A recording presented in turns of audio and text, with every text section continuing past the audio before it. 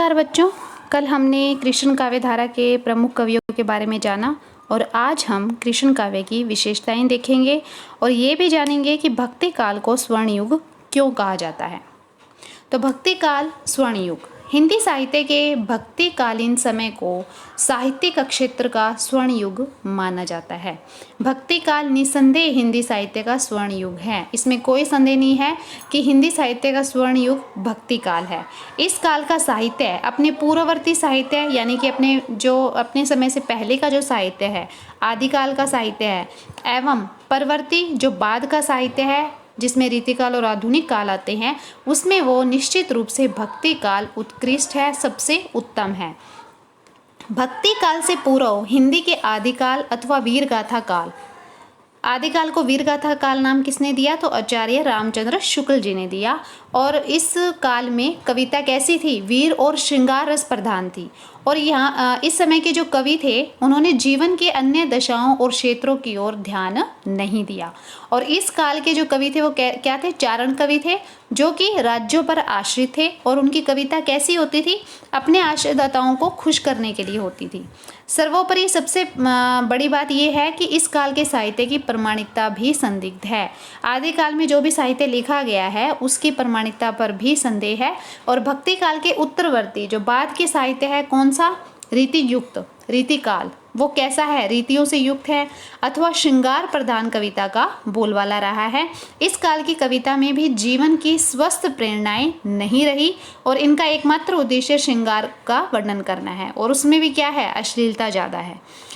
वस्तुतः रीतिकालीन कविता स्वांत सुखाय, खुद के स्वयं के सुख के लिए लिखी गई अथवा जनहिताय न होकर, जन के हित में न होकर इनकी कविताएं सामंतों के सुख के लिए, राजाओं के सुख के लिए थी। और आधुनिक काल का साहित्य अपनी व्यापकता एवं विविधता की दृष्टि से भक्ति काल से आगे निकल जाता है। रीतिकाल के बाद जो आधुनिक काल आता है उसके साहित्य के बारे में बात की जाए तो उसकी व्यापकता, उसका विस्तार और उसमें जो विविध अलग अलग विषयों पर लिखा गया जो साहित्य है उसकी दृष्टि से ये भक्ति काल से आगे माना जा सकता है। विशेषकर जो गद्य साहित्य है उसका विकास जितना आधुनिक काल में हुआ वो भक्ति काल में नहीं हो सका। इसके विपरीत भक्ति काल में गद्य का प्राय अभाव ही रहा है, परंतु अनुभूति की गहराई जो अनुभव की गहराई है एवं जो भाव प्रवणता है उसके क्षेत्र में आधुनिक युग का साहित्य भक्ति काल के साहित्य की समकक्षता या बराबर में नहीं रखा जा सकता। यानी कि अनुभव की गहराई और भाव प्रवणता में भक्ति काल आधुनिक काल से आगे है। भक्तिकालीन साहित्य को हिंदी साहित्य का स्वर्ण युग माना गया है। इस संदर्भ में अधिकांश विद्वानों का एक मत है। इस संदर्भ में कुछ मत उल्लेखनीय है। बाबू श्याम सुंदर दास का मत है तो भक्ति काल में अनेक भक्त कवियों कबीर, सूर, तुलसी, मीराबाई, रसखान आदि की वाणी साहित्य की सरिता अगाध रूप में बही है।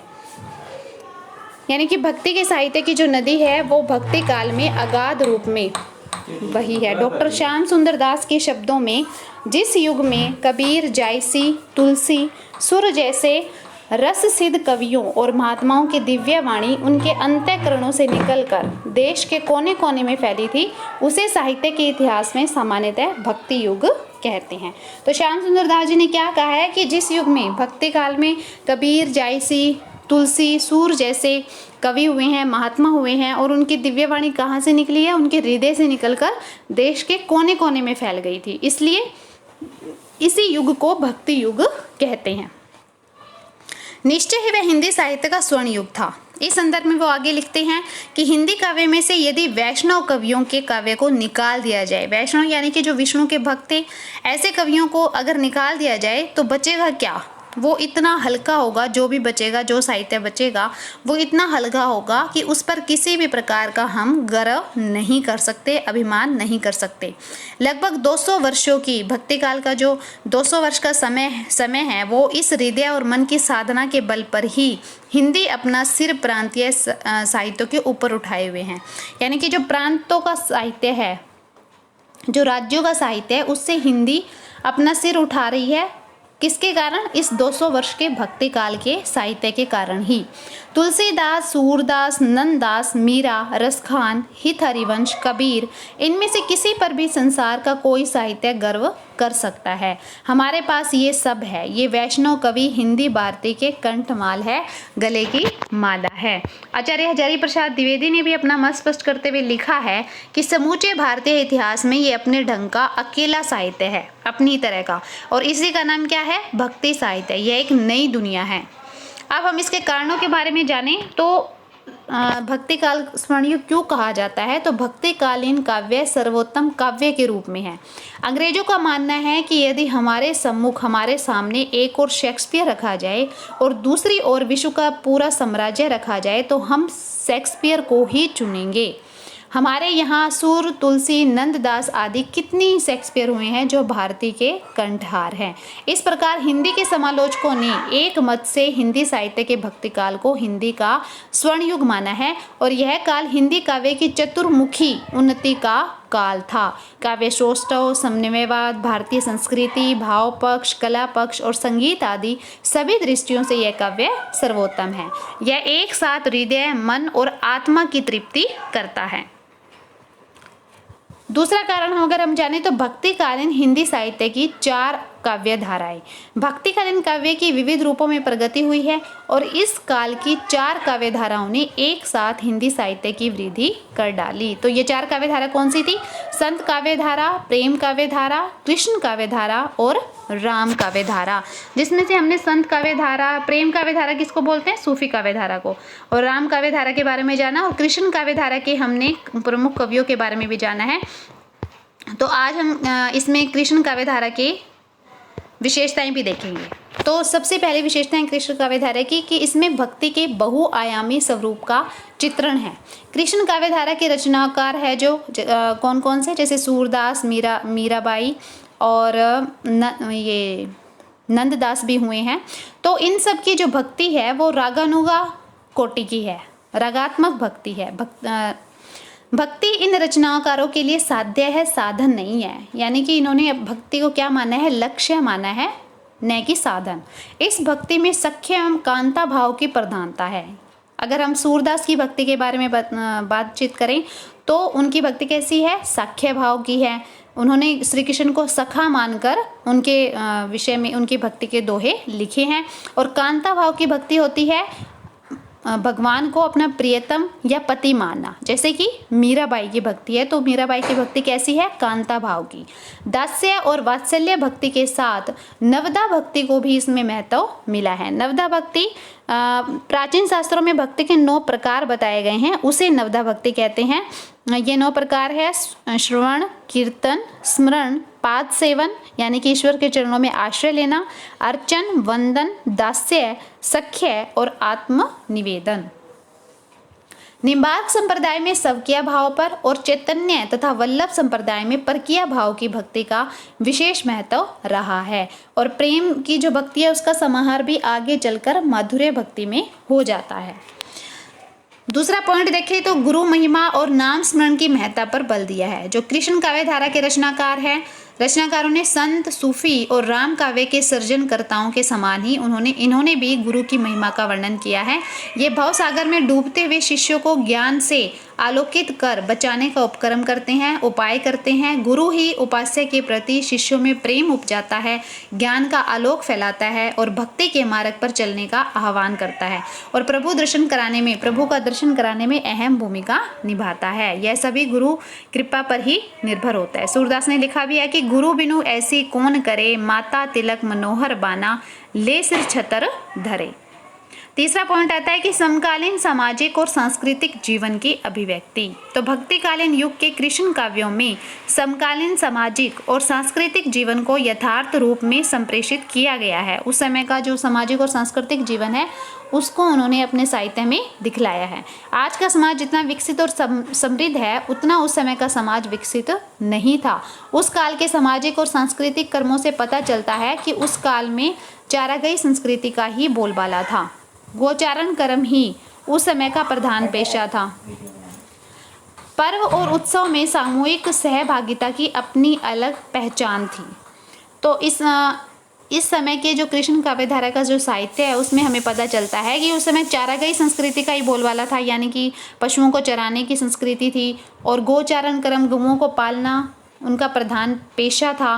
पर्व और उत्सव में सामूहिक सहभागिता, यानी कि सब मिलकर पर्व और उत्सव मनाते थे, सबकी अपनी अपनी अलग पहचान थी सभी उत्सवों की। बच्चों का जन्म हो या कर्म, उसमें सभी भागीदारी निभाते थे। श्री कृष्ण के जन्मोत्सव का भी यहाँ पर एक उदाहरण दिया गया है। अगला पॉइंट हम देखें तो विरहानुभूति की धार्मिक अभिव्यंजना। कृष्ण काव्य धारा के रचनाकारों ने वियोग श्रृंगार के अंतर्गत विरह की विभिन्न भूमियों को सजीव रूप से चित्रित किया है। विरह की जितनी भी अंतर्दशाएं, जितनी भी दशाएं संभव हो सकती है, वे सभी इस काव्य में मिल जाती है। इन कवियों का विरह वर्णन संवेदन जन्य है, परिस्थितियां इसमें आड़े हाथ नहीं आती। विरह का एक एक पल विरहणी के लिए कल्प के समान एहसास होता है। सूरदास ने करोड़ के समान एहसास होता है। सूरदास ने इस विरहानुभूति को विभिन्न अंतरदशाओं के रूप में प्रस्तुत किया है। अगला पॉइंट देखिए तो राधा कृष्ण और गोपियों के मिलन का सजीव चित्रण भी किया है इन्होंने। तो कृष्ण काव्यधारा के कवियों ने राधा कृष्ण और गोपियों के मिलन को एक विस्तृत फलक पर आयोजित किया है, एक विस्तृत भावभूमि पर आयोजित किया है। यह विस्तृत फलक ब्रज और वृंदावन का वह क्षेत्र है। विस्तृत जो भूमि है वो कौन सी है, तो ब्रज और वृंदावन का क्षेत्र, जिसमें इन सभी की प्रेम क्रीड़ाएं संचालित होती है। खेलते हुए कृष्ण कभी ब्रज की संकरी जो भीड़ी गली है और कभी यमुना के तट पर निकलते हैं, जहाँ पर उनकी भेंट राधा और उसकी सखियों से हो जाती है। राधा गौरवर्णी थी और कृष्ण श्याम वर्ण, तो राधा की सुंदरता को देखते ही वे मुग्ध हो गए। तो ये कृष्ण काव्य की विशेषताएं थी। अगर आगे हम भक्ति काव्य के स्वर्णयुग क्यों कहा जाता है, इसके पॉइंट देखें तो 2 पॉइंट और हैं कि भक्ति काल में आध्यात्मिकता एवं साहित्यिकता का समन्वय है। तो भक्ति काव्य में मार्मिक भावनाओं एवं कविताओं का सामंजस्य वर्तमान है। भक्तिकालीन काव्य जैसे रामचरितमानस, जहाँ धर्म का उच्चतम रूप हमारे सामने रखता है, जो तुलसीदास की रचना है रामचरितमानस, वो धर्म का सबसे जो अधिक से अधिक ऊंचा रूप हो सकता है उसको हमारे सामने रखता है। वहाँ उसमें उच्च कोटि का कवित्व भी है। यदि उसमें दास्य, सख्य, वात्सल्य, माधुर्य भाव की भक्ति का निरूपण है, तो दूसरी ओर उसमें लौकिक जीवन की अभिव्यक्ति भी अत्यंत सफलता से हुई है। उसमें उस समय के तत्कालीन जो सामाजिक जीवन है, लौकिक जीवन है, उसको भी दिखाया गया है।